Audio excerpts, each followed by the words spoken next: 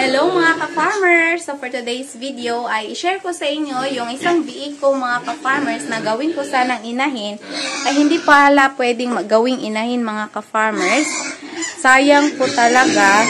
So nag-expect na ako mga ka-farmers na maganda siyang gawing inahin dahil sa pangangatawan niya.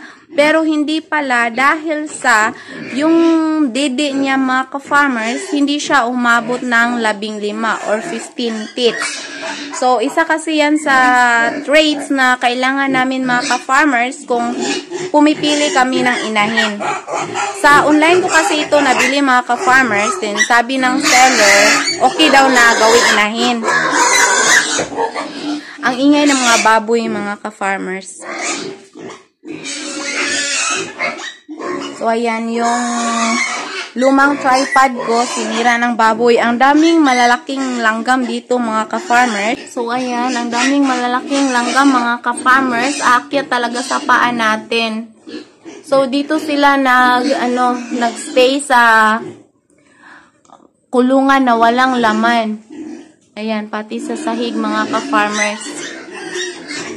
Yung sinabi kasi ng seller mga ka-farmers ay pwede siyang gawing inahin. So, ayan, ang ingay pa. Ayan sila. So, I think itong pinakamataas.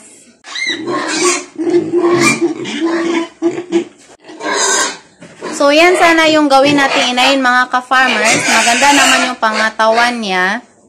Kaso, hindi talaga umabot ng 15 yung teats niya mga ka-farmers.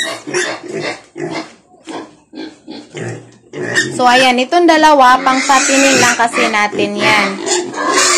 Then, yung andito, ayan. So, ang ingay na mga ka-farmers, ang init kasi. So, ayan. Akala niya full yung kainan niya.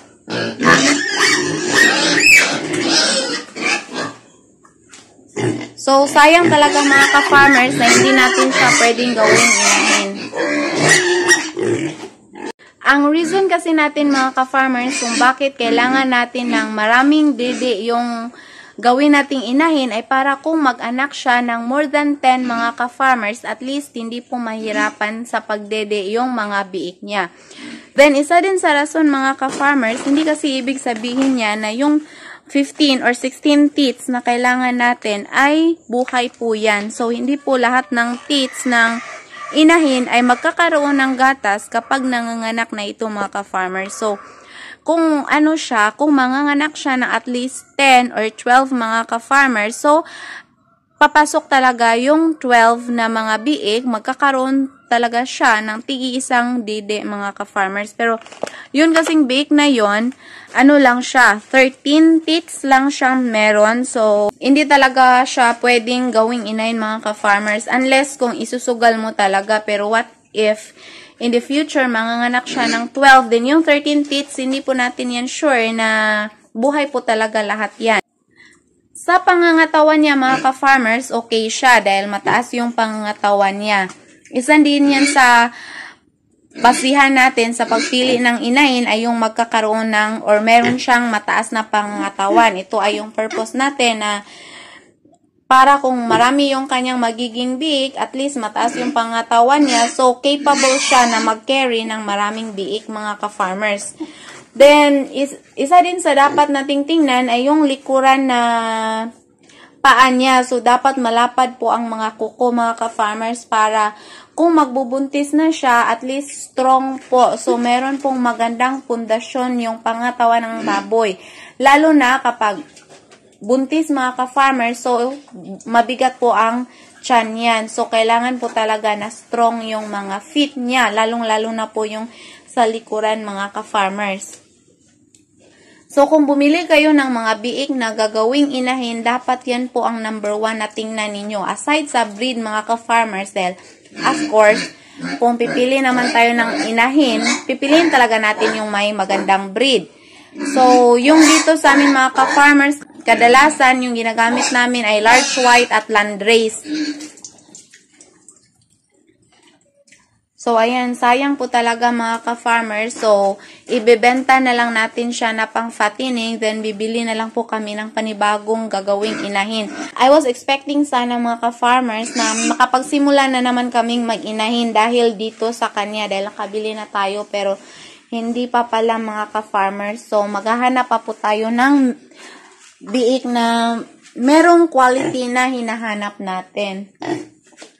Dito sa ating mga malalaking baboy, hindi po tayo pwedeng pumili dito dahil mix po ito. Meron tayong mix na native mga ka-farmers. So, hindi po pwede yung ganyang mga baboy dahil mga maliliit lang po ang mga biik niyan.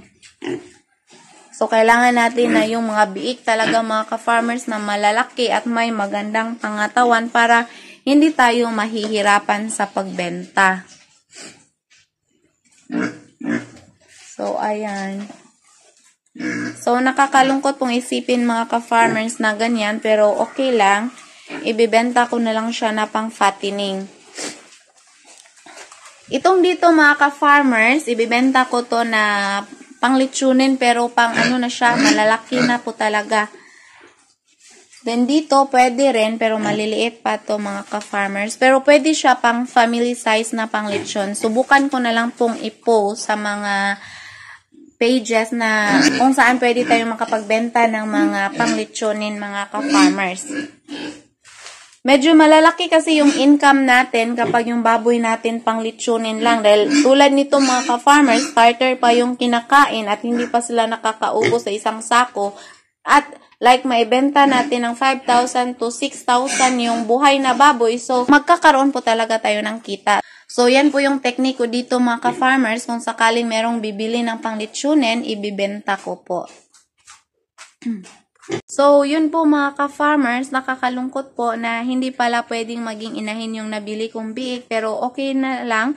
Ibibenta ko na lang na pang fattening at bibili na lang ako at maghahanap ng magandang klase na pang inahin.